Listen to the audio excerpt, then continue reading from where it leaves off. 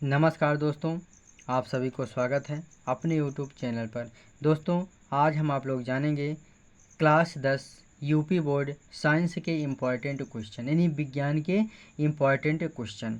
तो दोस्तों, यदि चैनल पर नए हैं तो चैनल को सब्सक्राइब कर लें, बेल आइकन को प्रेस कर लें। इससे फ़ायदा आप क्या होगा, जो वीडियो अपलोड किया जाएगा सबसे पहले आप तक पहुँचेगा। तो दोस्तों चलते हैं, देखते हैं विद्युत धारा के चुंबकीय प्रभाव यानी चैप्टर नंबर 13 यानी चैप्टर का नाम है विद्युत धारा के चुंबकीय प्रभाव। तो दोस्तों हमने आपको जानकारी देंगे, ये नोट से पढ़कर आप 95% ला सकते हैं यूपी बोर्ड में। तो दोस्तों उसके आगे देखेंगे, धमाकेदार नोट्स है, आप लोग इसको नोट भी कर सकते हैं।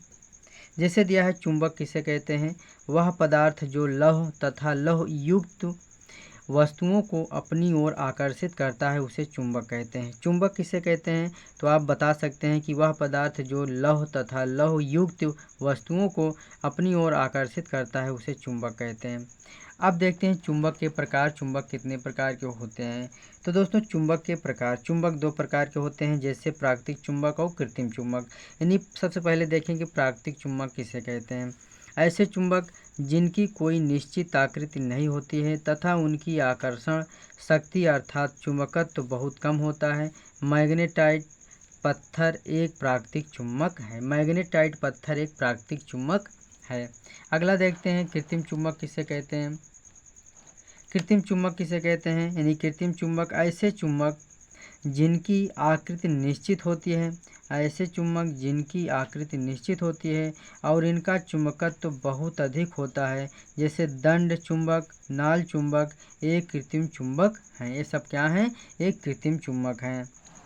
अगला है, अब देखेंगे चुंबक के गुण क्या है। चुंबक के गुण क्या क्या होते हैं?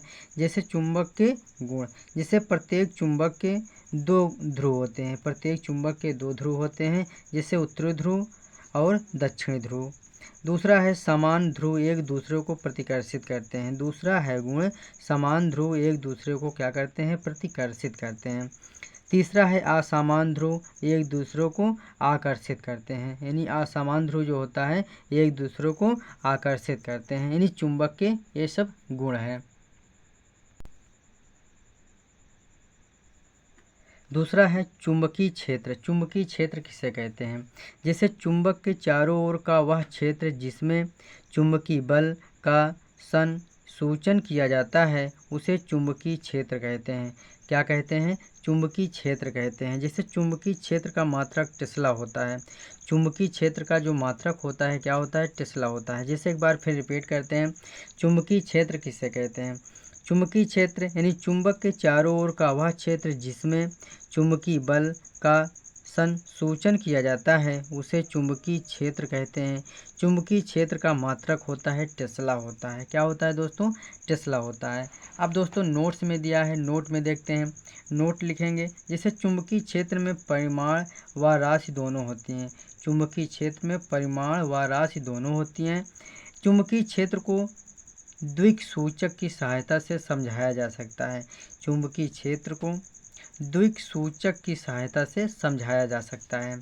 अब आगे देखते हैं दोस्तों, चुंबकीय क्षेत्र रेखाओं के गुणधर्म। चुंबकीय क्षेत्र रेखाओं के गुणधर्म क्या क्या होते हैं? जिससे पहला दिया है, चुंबकीय क्षेत्र रेखाएं उत्तरी ध्रुव से शुरू होती हैं और दक्षिणी ध्रुव पर विलीन हो जाती हैं। क्या हो जाती हैं? विलीन हो जाती हैं। यानी पहला क्या है? चुंबकीय क्षेत्र रेखाएं उत्तरी ध्रुव से शुरू होती हैं और दक्षिणी ध्रुव पर विलीन हो जाती हैं। अगला है, दूसरा है दोस्तों, दूसरा है चुंबकीय क्षेत्र रेखाएं बंद वक्र होती हैं। चुंबकीय क्षेत्र रेखाएं बंद वक्र होती हैं। तीसरा है दोस्तों, तीसरा है दो चुंबकीय क्षेत्र रेखाएं कहीं भी एक दूसरे रेखाओं को प्रतिच्छेद नहीं करती हैं, क्योंकि यदि वे प्रतिच्छेद करती हैं तो इसका अर्थ है कि एक बिंदु पर दो दिशाएं जो संभव नहीं है। एक बार और रिपीट करते हैं, जैसे दिया है, दो चुंबकीय क्षेत्र रेखाएं कहीं भी एक दूसरे रेखाओं को प्रतिच्छेद नहीं करती हैं, क्योंकि यदि वे प्रतिच्छेद करती हैं तो इसका अर्थ है कि एक बिंदु पर दो दिशाएं जो संभव नहीं है। अगला है दोस्तों, अगला दिया है 4 नंबर, चुंबकीय क्षेत्र की प्रबलता को चुंबकीय क्षेत्र की प्रबलता को चुंबकीय क्षेत्र की कोटि द्वारा प्रदर्शित किया जाता है। किसके द्वारा प्रदर्शित किया जाता है? कोटि द्वारा प्रदर्शित किया जाता है। अब दोस्तों आगे है, किसी क्षण चुंबक के चारों ओर चुंबकीय क्षेत्र रेखाएं हैं। जैसे ये आपका क्या है? चुंबकीय क्षेत्र रेखाएं हैं। जैसे चुंबक हो गया, अब ये क्या है? सब ये सब रेखाएं हैं। ये जो आपका सामने चित्र बना हुआ है चुंबकीय क्षेत्र के क्या हैं? रेखाएं हैं। इसको आप बना सकते हैं ताकि आपको और अच्छे से नंबर मिल जाए। आगे है दोस्तों जैसे दिया है, किसी विद्युत धारावाही चालक के कारण चुंबकीय क्षेत्र। किसी विद्युत धारावाही चालक के कारण चुंबकीय क्षेत्र दिया है, जिस प्रकार एक चुंबक के चारों ओर एक चुंबकीय क्षेत्र स्थापित हो जाता है, ठीक उसी प्रकार एक धारावाही चालक के चारों ओर भी चुंबकीय क्षेत्र स्थापित हो जाता है। विद्युत धारा आवेश की गति के कारण उत्पन्न हो जाती है। विद्युत धारा जो होती है आवेश की गति के कारण क्या हो जाती है?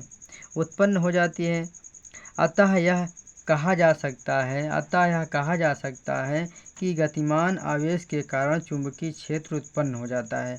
क्या? किसके कारण? गतिमान आवेश के कारण चुंबकीय क्षेत्र उत्पन्न हो जाता है। आगे दोस्तों, सीधे चालक से विद्युत धारा प्रवाहित होने के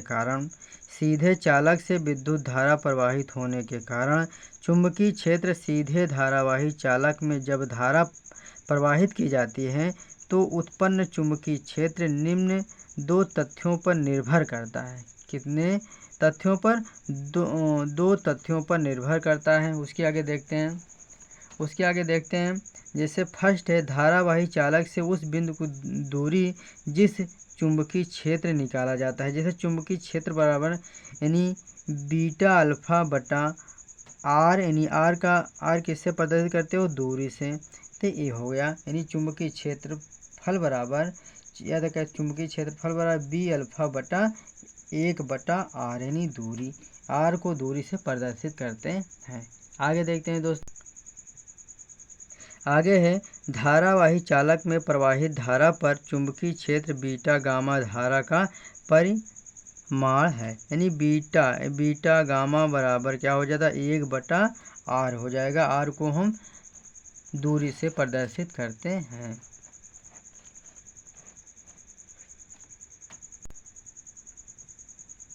अब आगे है दोस्तों, दक्षिण हस्त अंगुष्ठ नियम क्या होता है? दक्षिण हस्त अंगुष्ठ का नियम क्या होता है? यह नियम किसी धारावाही चालक से संबंधित चुंबकीय क्षेत्र की दिशा ज्ञात करने के लिए प्रयुक्त किया जाता है। यानी क्या किया जाता है? प्रयुक्त किया जाता है। उसके आगे देखते हैं दोस्तों। उसके आगे क्या दिया है? जैसे दिया है, इस नियम के अनुसार यदि आप अपने दाहिने हाथ में विद्युत धारावाही चालक को इस प्रकार पकड़े हुए हैं कि आपका अंगूठा विद्युत धारा की दिशा की ओर संकेत करता है, तो आपकी अंगुलियां क्या होती हैं? चालक के चारों ओर चुंबकीय क्षेत्र की क्षेत्र रेखाओं की दिशा में क्या होता है?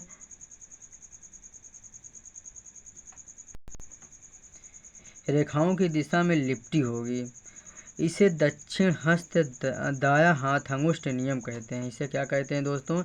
इसे दक्षिण हस्त दायां हाथ अंगुष्ठ नियम कहते हैं। तो दोस्तों यही वीडियो ख़त्म होगा। यदि आप चैनल को सब्सक्राइब नहीं किए तो चैनल को सब्सक्राइब कर लें, बेल आइकन को प्रेस कर लें।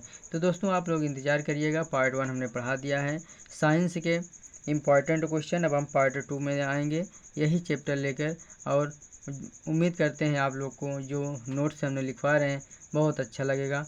और आप लोग चैनल को सब्सक्राइब लाइक करना मत भूलिएगा। Thank you very much.